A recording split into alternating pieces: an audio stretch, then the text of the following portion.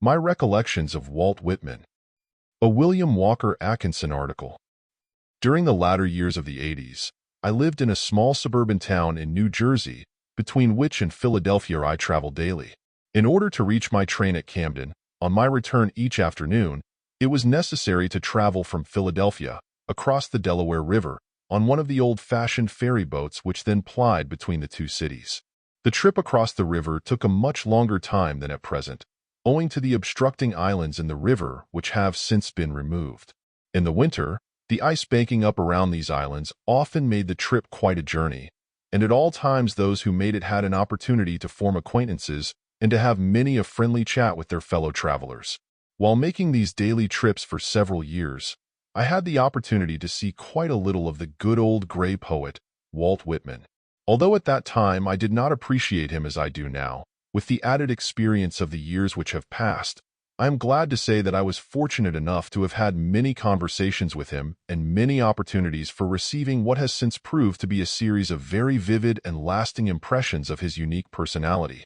Although these chats at that time meant but little more to me than interesting talks with a picturesque old man whose poems I had never read, still the ideas to which he gave utterance have proved to be seed thoughts which have since grown and borne flowers and fruit in my mind.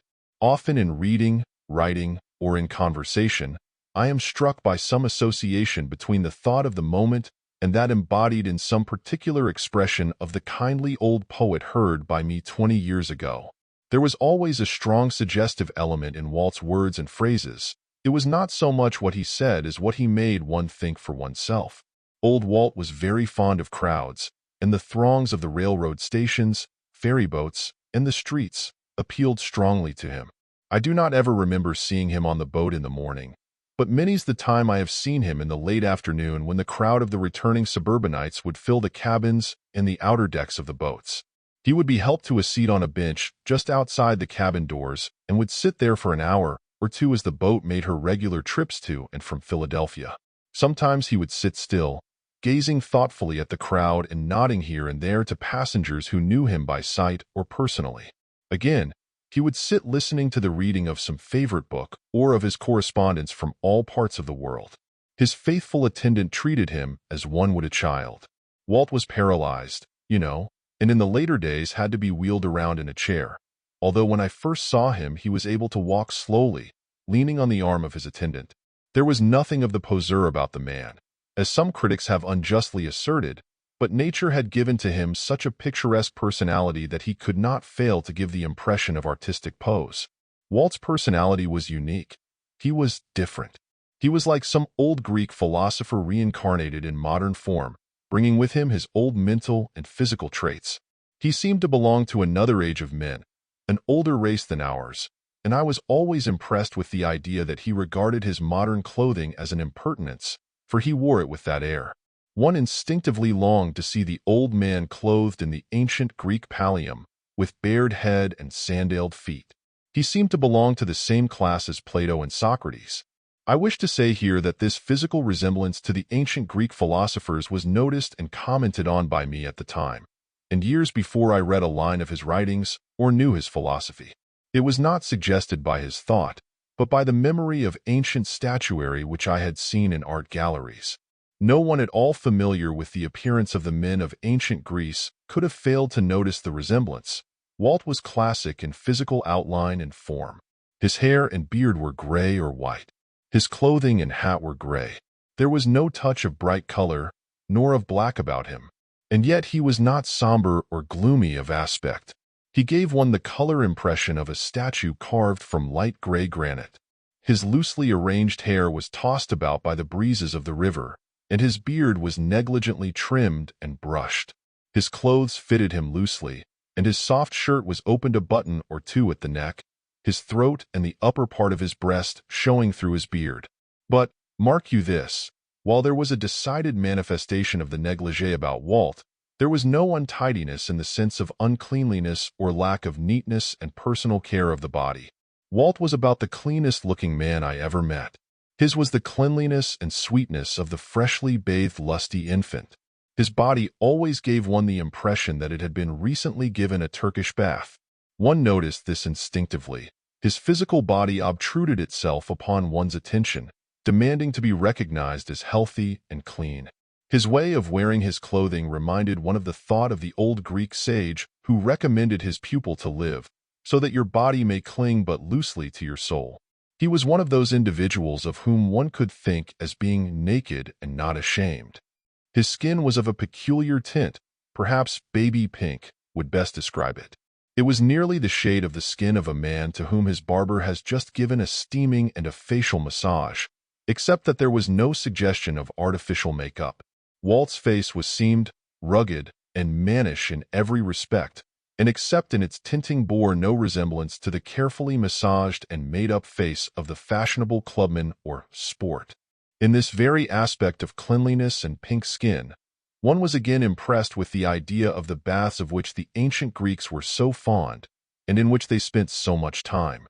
The extreme democracy of the man was ever in evidence.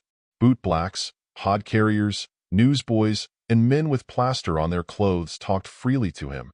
He was in entire sympathy with life in all of its phases and was universal in his likes. I once saw him interrupt the reading of a personal letter from one of Great Britain's most prominent personages to chat with a man who looked like a tramp. One afternoon, I listened to two-day laborers who were discussing him. "Sure, the old man's a good old duffer. All right, said the first one. "What does he work at anyways?" "Oh, I dunno. Some says he writes poetry what ain't got no rhyme to it, but then again Day says he writes for the papers. I reckon he don't make a very good thing out of it, though. Fairday says dat some rich blokes in the old country sends him money to live on. I guess he is an old, has been newspaper man out of a job. Wouldn't wonder, though, but he was a good un in his time," replied the second man. "Well," rejoined the first speaker, "he's all right, that's what he is. Nothing stuck up about him. He always has a friendly greetin' fair ye, and he don't look at your clothes. Not that he's so much on style himself, for that matter. He always has a sort of cheerin' up way about him, the old woman says, and so says I." "Sure, he has that," remarked the other. Thousands of people of this kind met and talked with old Walt without knowing who he was or what he had done. But they all liked him, for, as the man's old woman said, he always had such a cheerin' up way about him. In after years, I saw a photograph of Walt, showing him with outstretched finger upon which was perched a butterfly. The tale is that when sitting for an outdoor photograph, a fluttering butterfly alighted on his finger and remained until the picture was taken. All animals, including birds, seemed to be attracted toward him. When I saw this photograph, I was reminded of an instance which came under my own observation, which seemed to illustrate the truth of the story. One day, a vagabond yaller dog ran onto the ferry boat, dodging the kicks of the deckhands. It secreted itself until the boat was underway, and then peered out from under the bench where it had hidden. It was frightened by the crowd and ran about in terror. Nobody pitied it. It was such a yaller dog, ugly, ragged, and forlorn. At last, it caught sight of old Walt, who had been watching it from the other side of the deck. With a swift rush, it made for him and crouched between his legs, looking up into his rugged old face with an air of such perfect trust and understanding that its former persecutors were touched. Walt made as much over the poor cur as if it had been a prize winner. More, perhaps. The deckhands growled good-naturedly, and one of them said, "Well, there's no use in trying to get that dog off the boat. Now the old man's got hold of it." "Oh, well, what's the diff?" said the other. "It pleases the old man and it's good for the dog, and I guess it don't hurt nobody none, anyways." Children seemed fascinated by the old gray fellow and would edge toward him. They seemed to find in him the embodiment of the Santa Claus legend and spirit. He would look at them wonderingly and seem to read in their frankly staring eyes strange stories of the future and past. The children of his humble neighborhood were very fond of him and would gather around his doorstep, I am told. It is related of him that one of his little childish playmates, having died, the old man walked across the street and, entering the darkened parlor, gazed into the little face he knew so well. The other children gathered solemnly around him, some taking hold of his hands and others clutching his long coat. With tear-filled eyes, he turned to them, saying quaintly, "You don't understand what all this means, little people, do you?" A moment later, he resumed, "And neither do I, children, neither do I," and hurriedly left the room. On the boat one day, I saw the little tot hold up its stick of candy for the nice man to take a bite. Another time, I saw a little girl seated on Walt's lap, twisting his beard into two grotesque horns, unnoticed by Walt, who was talking to an important-looking personage who had stepped up to him. To children, Walt was more than a friend. He was a child of larger stature, who entered into the psychology of the child nature. A most rare thing, by the way. Walt never hesitated to show his preference for men, women, and children who were not dressed up.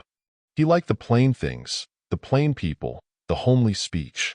He was a man with the bark on, and he liked the same quality in others. He loved nature, the crowds, moving things, activity. He said to me once, "My boy, look at that moving crowd as it pushes toward the gates. Do you not feel its life wave in motion? It seems to me like a moving wave of the ocean of life, and the life of that ocean is my life. There seems to be but one life in it all, and I feel it moving in me." Walt Whitman was a glorious old pagan. The spirit of the old Greek pantheism was immanent in him. He caught the echoes of the pipes of Pan, and he danced to their tune. In his lines, he sought to repeat the fragments of the tunes of the pipes that he had heard in his vision, to repeat the strains of the hymn of life, the dance of the atoms, the song of the flame. It is with one of the nearest approaches to regret that I permit myself to feel that I remember the opportunities one once had of talking to this wonderful old man, of life and death and love and all the rest. Opportunities which came when I did not understand or value them, and when I did not know of the inner meanings of these things, nor what the old man before me could have told me had I asked. But still, I am glad that I knew this man, even the little I did, that I heard from his own lips even the few words that fell to my share, that I saw with mine own eyes that wonderful avatar of the old Greek spirit. No, Walt is no hero of mine, nor am I a hero worshipper at anyone's shrine, for that matter. But some way, somehow, I feel that my life has been made larger and fuller for having come into even such slight personal contact with this man. One catches the spirit of great people often. The memory of old Walt serves to give my thoughts regarding the Greek spirit a certain life, actuality, and reality that they would otherwise lack. To me, this man stands as a living individualized symbol of nature, of the will to live of Schopenhauer, without the pessimism of that philosopher, of the life forces of Bernard Shaw. When I look at his picture, I seem to see in the dim background the shadowy forms of the dancing godlings of the woods, the valleys, and the mountains, and to hear in the distance the faint plaintive strains of the pipes of Pan. Walt Whitman lived either 2,500 years after his time, or else 200 years before his age. Take your choice. My last impression of Walt Whitman is that of the old man, then too feeble to be moved from his wheelchair, which had been wheeled up in the Camden Ferry House, sitting quietly close by the landing, where he could watch his beloved crowds of people pass by in a steady stream. He was evidently very weak and sat sunk far down in his chair.